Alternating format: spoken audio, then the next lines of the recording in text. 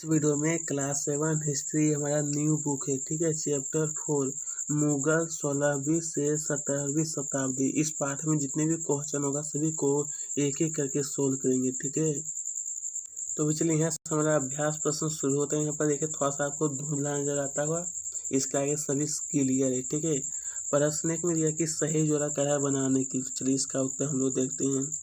देखिए इसका उत्तर मैंने सामना सामने लिखा हूँ। अगर आपको मिलान करना तो आप मिलान भी कर सकते हैं इस तरह से, अन्यथा आप सामना सामने भी लिखिएगा। ठीक है, मनसब का मिलान आपको कर देना है पद से। ठीक है, मंगोल का उज्बेक से, सिसोदिया राजपूत का ये हो जाएगा मेवाड़ से, राठौर राजपूत का हो जाएगा मारवाड़ से, नूरजहाँ का हो जाएगा जहांगीर से, और सूबेदार का हो जाएगा गवर्नर से। ठीक है, आपको अच्छी तरह से मिलान कर लेना है। अब चलिए प्रश्न 2 में हमें दिया गया है कि रिक्त स्थानों को किराए भरने के लिए। चलिए देखते हैं। देश अकबर के सौतेले भाई मिर्जा हाकिम के राज्य की राजधानी थी। तो चलिए यहाँ पर देखिए आपको भर देना है काबुल। क्या भरना आपको?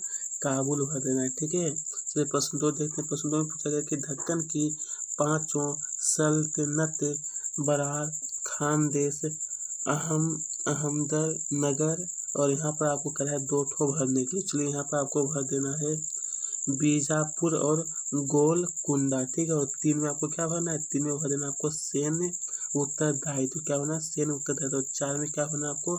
सुलह ए कुल। ठीक है, चलिए बस यही आपको 4 ठो भरना जो कि आपको मैंने बता दिया हूँ। चलिए अब इसके आगे देखते हैं। प्रश्न 3 में मैंने पूछा गया कि मुगल राज के अधीन आने वाले केंद्रीय प्रांत कौन से थे। तो उत्तर में देखिए लिखना है मुगल साम्राज्य के अधीन आने वाले केंद्रीय प्रांत 2 ठो है। पहला हमारा दिल्ली और दूसरा क्या है? आगरा।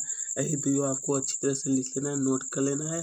प्रश्न 4 में हमारा पूछा गया कि मनसबदार क्या है? मनसबदार और जहांगीर में क्या संबंध है, मतलब क्या रिलेशन है। तो उत्तर में लिखना है कि मनसबदार अपना वेतन राजस्व एकत्रित करने वाली भूमि के रूप में पाते थे, जिन्हें जहांगीर कहते थे। क्या कहते थे? जहांगीर। और जो तकरीबन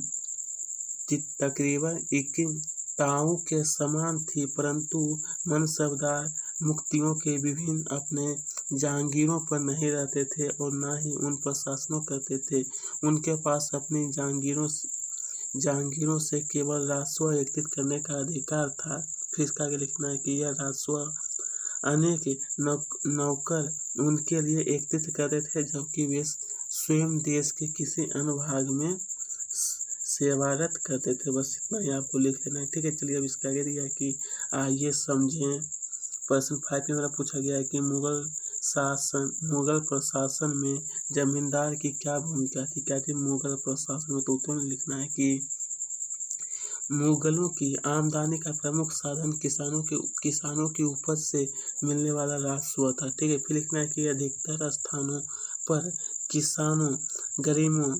किसान ग्रामीण कुलीनों यानी जमींदारों। देखिए कुलीनों को हम लोग जमींदार भी कहते हैं। ठीक है, अपना राजस्व देते थे। एकत्रित किए गए राजस्व को जमींदार सरकारी खजाने में जमा कराते थे। फिर इसके आगे बस इतना ही आपको लिखना है, ज़्यादा बड़ा नहीं। देखिए मैं सभी का उत्तर शॉर्ट में लिखा रहा हूँ। ठीक है, ताकि आपको याद भी हो जाए, परीक्षा में आप लिख भी सकते हैं। प्रश्न संख्या 6 में पूछा गया है कि शासन प्रशासन संबंधी अकबर के विचारों के निर्माण में धार्मिक विद्वानों से होने वाली चर्चाओं कितनी महत्वपूर्ण थी। तो उत्तर में लिखना है कि अकबर के विचारों के निर्माण में धार्मिक विद्वानों से होने वाली चर्चाएं निम्न प्रकार से महत्वपूर्ण थी, जो कि इसमें से कुछ पॉइंट दिया। ये पहला पॉइंट, दूसरा, फिर आपको तीसरा, ये तीनों पॉइंट आपको नोट कर लेना है। ठीक है, प्रश्न 7 में पूछा गया कि मुगलों ने खुद को मंगोल की अपेक्षा तैमूर के वंशज होने पर क्यों बल दिया।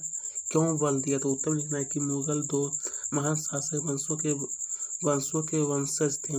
माता की ओर ये मंगोल शासक चंगेज खान के वंशज थे। पिता की ओर से वे ईरान, इराक एवं वर्तमान तुर्की के शासक तैमूर के वंशज थे। ठीक है, फिर देखिए इसके आगे ये आपको जितना दिखाई दे रहा है वहां तक आपको अच्छी तरह से लिख लेना है। फिर इसके नीचे है ये भी आपको पूरा लिख लेना है, ठीक है। चलिए अब इसके आगे दिया कि आइए विचार करें। प्रश्न 8 में और पूछा गया है कि भू राजस्व से प्राप्त होने वाली आय मुगल साम्राज्य के स्थायित्व के लिए कहाँ तक जरूरी था। तो उत्तर लिखना कि भू राजस्व से प्राप्त होने वाली आय मुगल साम्राज्य के लिए निम्न कारणों से जरूरी था। निम्न कारण है जो कि इसमें से देखिए आपको ये पहला, ये दूसरा, फिर आपको तीसरा, ये तीनों पॉइंट आपको अच्छी तरह से लिख लेना है, ठीक है।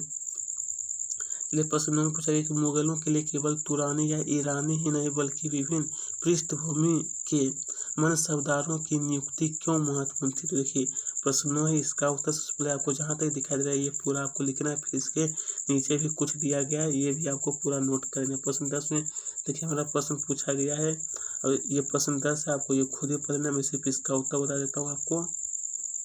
ये देखिए जहाँ तक आपको दिखाई दे रहा है वहाँ तक आपको अच्छी तरह से लिखना और आपको कुछ नहीं करना है। तो चलिए अब हम लोग आगे बढ़ते हैं। प्रश्न संख्या 11।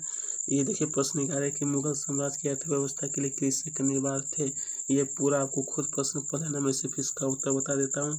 तो देखिए इसका उत्तर में आपको लिखना है कि मुगल साम्राज्य की अर्थव्यवस्था कृषि पर आधारित थी। फिर देखिए जहाँ तक आपको दिखाई दे रहा है वहाँ तक आपको अच्छी तरह से लिख लेना है। फिर देखिए बस इतना ही आपको लिखना है। चलिए इसके आगे दिया कि आइए करके देखिए ये बनाने का नहीं है, ठीक है। तो दोस्तों यहीं पे इसका क्वेश्चन से समाप्त। अगर आपको अच्छी लगी